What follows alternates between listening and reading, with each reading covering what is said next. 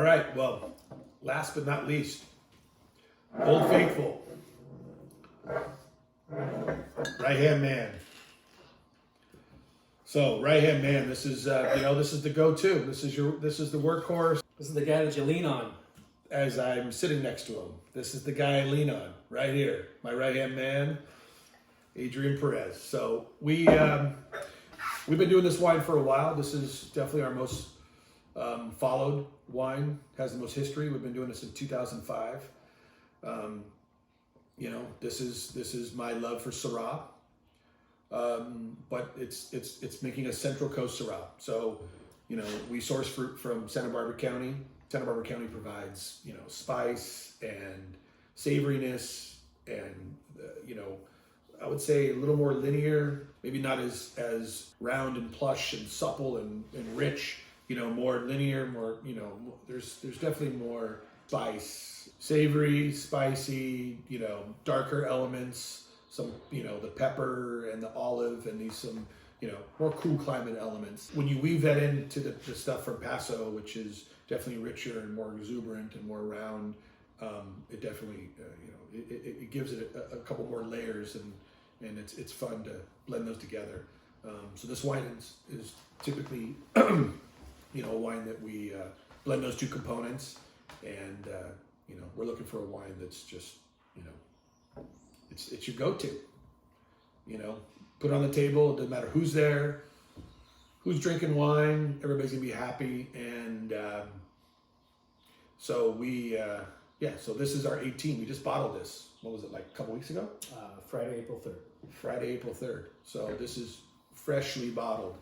Yeah, for me, I love every single time, every sip, every smell, just a little different of Right Hand Man. You can actually pick up each individual vineyard. You can pick up Paper Street, you can pick up the estate, you can pick up Larner, you can pick up all those just kind of unique characteristics. You can pick up all those unique components of each vineyard.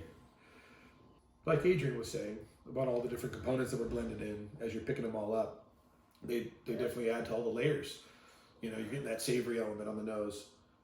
You're getting that ripe fruit, cool, dark fruit, there's like a little bit of, what did we say the other day? Brownie? We were saying brownie batter? Batter, yeah. Oh, yeah, man. Yeah, That's exactly what I'm smelling right now. But there's a confectionery element. There's a cake element. But it never overwhelms the wine. It's just a component. There's that spice from the cool climate, a little bit of green olive, almost not tapenade, but a little bit of green olive, some grilled herbs. Keeps it. The stuff from Santa Barbara County keeps the whole wine flowing, and has a spine to it, and keeps it energized all the way to the back. Where all the Paso stuff is just all the roundness and all it keeps it very round, voluptuous, mid palate driven. It's really cool. I'm really happy how this turned out. That wine delivers. I love seeing the progression on this wine too. From 2005, I mean, we went through some pretty aggressive tannins in 2010, 11, and even in 12. But our goal with this wine has been to kind of scale back that tannin profile and to make it a little more user-friendly, a little more approachable. Not that it doesn't have structure, it doesn't have tannin. There's underlying structure in tannin, but this is a much more pleasurable wine in its youth than perhaps 10, 11, or 12. I think everything before 17, everything before 17 they were much more, we were kind of joking around, and we were playing around with the 17 version of Right Hand Man, and we're playing with the blend, and Adrian just kept on saying, I think it's just it has too much tannin, and it's too structured for a $20 wine. So I went back and grabbed a 2016 version of that wine and popped it, and his eyes went, oh yeah, I totally forgot that wine was, so before this, the wines tend to be, they're definitely more structured, more intense, as far as, the structure goes. you know, savory qualities. We're also kind of pulling back a little bit on the whole cluster.